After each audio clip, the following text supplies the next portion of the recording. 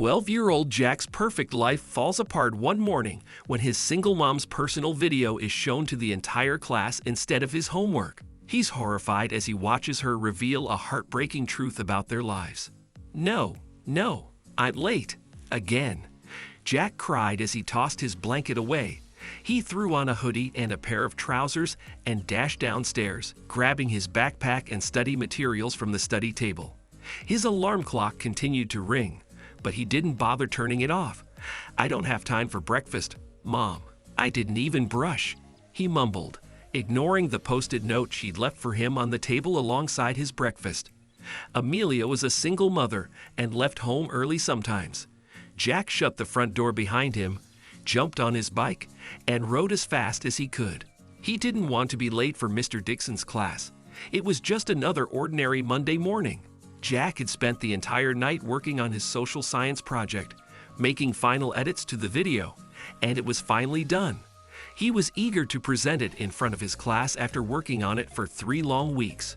Mr. Dixon, Jack's social science teacher, was a slow older man who wasn't particularly generous when it came to getting straight A's to his students.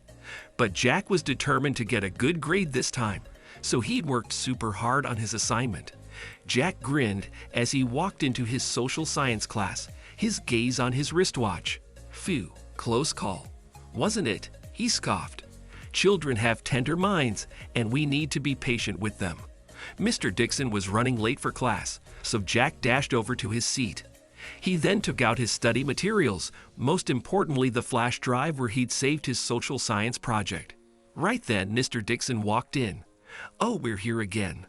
Good morning, class," he said, smiling tightly. "I believe we're ready with our presentations?" Mr. Dixon was not the type to exchange pleasantries other than the good morning, he said with his monotonous smile.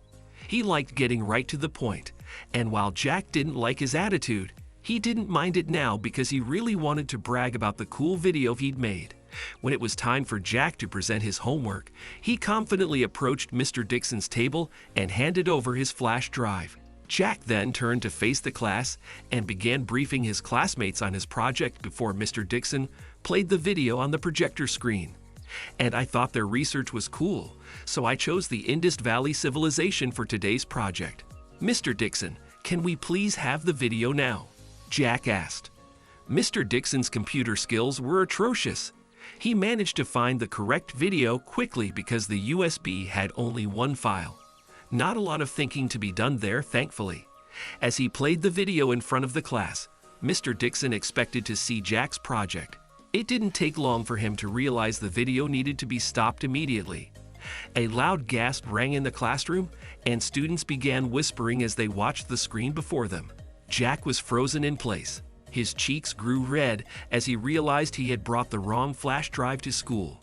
Instead of his project, his mother's personal video was shown to the entire class. There was little Jack could do to stop it. As his mother began speaking, he couldn't move an inch. She was talking about him, about herself, and he had no idea she had kept a heartbreaking secret about their lives from him. "Ugh, this has to stop, Jack." Mr. Dixon called out to him. "Oh, how do you turn off this thing?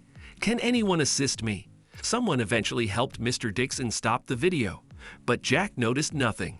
He could only hear his classmates saying weird things about him and his mother. Jack was heartbroken after learning the truth. He couldn't believe his mom was not his mom. He was adopted. The video played in front of the entire class was footage from Amelia's psychotherapy session, where she was confiding in her therapist and telling her how hard it was for her not to reveal the truth to Jack that she had adopted him. "This is one of the most challenging times of my life. I have no idea how to tell Jack about it. His biological father recently contacted me," she'd said. "I don't know what to do. Jack's father said he had been looking for Jack for years. He wants to connect with him now after all these years. It's difficult for me, and then the video was cut off as Mr. Dixon removed the USB from his laptop. Jack was in shock. He could feel all eyes on him as he returned to his seat. His life's biggest secret was revealed in front of the entire class, and he could do nothing to stop it. Mr. Dixon tried to diffuse the tension and get the class back on track, but Jack couldn't concentrate. Amelia's words and his classmates' taunts and laughs kept ringing in his ears, and he jumped to his feet. "Jack, are you all right? Get back to your seat," Mr. Dixon said. Jack didn't utter a word as he collected his things. Then he bolted from class and didn't stop running. He ran as far as he could, his mind replaying the same montage, his mom's video on the screen, his classmates whispering and laughing, and Mr. Dixon's annoying kindness. "Why, Mom? Why didn't you just tell me?" Jack sobbed breathlessly as he wiped his tears away from his face. A couple of minutes later, he collapsed on a bench in an abandoned park, panting like a tired dog. Nobody visited that nook of their city, and Jack was glad to be alone. With tears still streaming down his cheeks, he decided he wouldn't go home. Amelia had betrayed him. She wasn't his mother. But then, where were his real parents? Who was his dad? How could he find him? Jack's mind was plagued with thousands of questions. He'd do anything to find answers, but he'd never return home to Amelia. She had lied to him all his life, and he would never forgive her for that. Jack spent all day on that bench. He didn't go anywhere. When it got dark and he started feeling cold and sleepy, he curled up on the bench and dozed off, using his backpack as a pillow. While Jack was upset about his fate and believed his life story had ended, a poor, homeless man was attempting to change his fate and continue his life story by rummaging through city bins for more food. As he arrived at the park where he usually slept, he was surprised to see a young boy like Jack alone. The beggar was kind and gently tapped Jack on his shoulder, waking him up. "You, who are you?" Jack flinched, hugging his backpack. The man before him looked dirty and smelled terrible. "Get away from me," Jack cried. The kind beggar smiled. "I'm Alex," he said. "I never thought I'd find company here. Nobody visits this park." "I'm not your company or whatever," Jack snapped. "I just don't have a home anymore. Mind your business and stay away from me." Right then, Jack's stomach grumbled because he hadn't eaten anything since morning, and Alex laughed.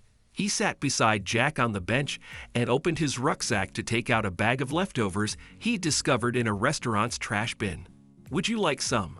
he asked, pulling a sandwich and eating it. "I understand your plight, 'cause I ain't got no home either, boy." "Thanks, but no thanks," Jack said rudely. "I don't take things from strangers. Mom says," and then he trailed off. Jack's mouth was watering as he watched Alex eat. You got another of that?" he eventually asked Alex. The poor beggar smiled. "Well, you lucky today 'cause I got lots of food on me," he said as he shared his food with the young boy. Jack ate Alex's food and slept on the park bench that night. The following morning, he decided to follow Alex around the city. It's not like he had a place to return to anyway. 3 days passed. Jack never told Alex anything about his life, and the poor man realized it wasn't his place to inquire about a boy's private matters. He just helped Jack as much as he could. When Jack proposed that he could sell some of the textbooks he had in his backpack and get them a good dinner, Alex showed him where old books were sold. When he needed a more comfy place to sleep, Alex showed him the alley where he slept sometimes. Jack had assumed that the money he had earned from selling his textbooks would keep him afloat, and that he would still have Alex to rely on when it ran out. But when Alex returned to the park one evening, he wasn't alone. He was accompanied by cops. Back home, Amelia was distraught. Her eyes were sore from crying, and she still hadn't heard anything about Jack. She had already reported him missing, but police had not been able to locate him. Alex had told Jack to wait for him at the park and had gone to sell the last of Jack's textbooks. When Alex returned, the cops had him handcuffed. After spotting Alex selling books, the cops were perplexed about how a homeless man obtained books in such good condition and pursued Alex, only to catch him red-handed, and then they tracked Jack down. That afternoon, when Amelia got a call that Jack was found, she was over the moon. She hurried to the station and embraced her son and cried. She was so happy to see him and have him back. But Jack pulled away from her. He walked out of the station to their car and refused to talk to her. Amelia didn't even wait for the cops to tell her how and where they'd found Jack. She just wanted her son back, and she didn't care about anything else. However, her heart sank to see an upset Jack. As they reached home, he pushed her away, ran upstairs to his room, and slammed the door in her face, refusing to let her in. Then he started screaming, "I hate you. You're not my mom. I know everything. You lied to me. No point getting me home. I'll run away again." Amelia pressed her palms against her lips, tears welling up in her eyes. She could take anything but the hatred her son was showing her. Her knees buckled, and she found herself crying on the floor in front of Jack's room. "I'm sorry, Jack. I didn't want the truth to come out this way. Forgive me, honey," she sobbed. She cried even harder when she heard him throwing things on the floor in rage. She gathered her courage and moved closer to his door. You were a little baby when I took you in, Jack," she told him in tears. "Your arms wriggling in the air, the way you played with my necklace. I always felt so loved around you. It never seemed like I hadn't given birth to you. When my husband died, I was so alone that I didn't know what to do, Jack. Some of my friends told me that having a baby would help me move on. And they were right. Jack, you became my life, and I became your mother. God brought us together in the strangest circumstances. I swear I didn't know anything about your birth father," she continued. "I know about the video mishap. My psychologist called me the day you disappeared from school and told me everything. Then I got a call from your school as well. I made that video just to work through my thoughts, honey. When your father contacted me, I was afraid of losing you." Jack was crying silently as he listened to Amelia speak. She was apologizing and crying uncontrollably. Suddenly, she stopped talking, and everything fell silent before an unfamiliar male voice took over. "Jack, I understand you weren't expecting to find out everything, let alone how it happened. But what happened is in the past. I'm Bill, and I'm your biological father. Can we please talk? I was waiting for you to come home. A family is built with love and care, not necessarily biology." Jack wondered what his real father looked like. In his excitement, he opened the door and saw a tall man who resembled him standing outside. "Hey, Jack." Bill smiled. "Mind having a little talk alone, like adults, just you and me?" Jack nodded and opened his bedroom door wider. Bill sat him down and explained everything, though Jack was still young to comprehend the reality. He told Jack that he had no idea he existed and that his ex-girlfriend had given him up for adoption. When he discovered everything, he began looking for him, but it was too late because Amelia had adopted him. "It was a closed adoption, so I knew nothing about your and Amelia's life. When I finally did manage to find you both, I learned she was an excellent mother. She gave you this good life, Jack, and she loves you like her own child. That's what a good parent does. You know, she loves you so much that she had eventually agreed that she'd let you go with me if that's what you wanted. She just wanted you to be happy, Jack. That's all." Listening to his father made Jack realize he had been too unappreciative of Amelia. He immediately rectified his errors and hugged her and apologized. "I love you so much, my little boy," Amelia cried. "I never told you the truth because I wanted you to be older to comprehend everything.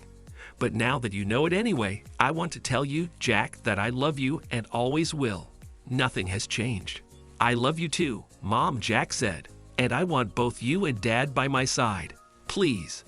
Then Jack revealed how he'd been mocked by his classmates after he took the wrong flash drive to school, and Amelia assured him she would speak with his class teacher and Mr. Dixon. The following day, Jack stood outside his classroom door, afraid to enter. He was worried his classmates would tease him again. Jack closed his eyes, gathered courage, and opened the classroom door. Unfortunately, he was late again. To his surprise, his classmates welcomed him as if nothing had happened. Jack took his seat, and a huge smile spread across his face as he noticed their class teacher was discussing adoption. "This topic is very special to us," she smiled, glancing at Jack. "Love is what builds a family. Real parents are those who love you no matter what." True, Jack thought, listening to his teacher. Mom adopted me, and I've got the best mom in the world. I love her,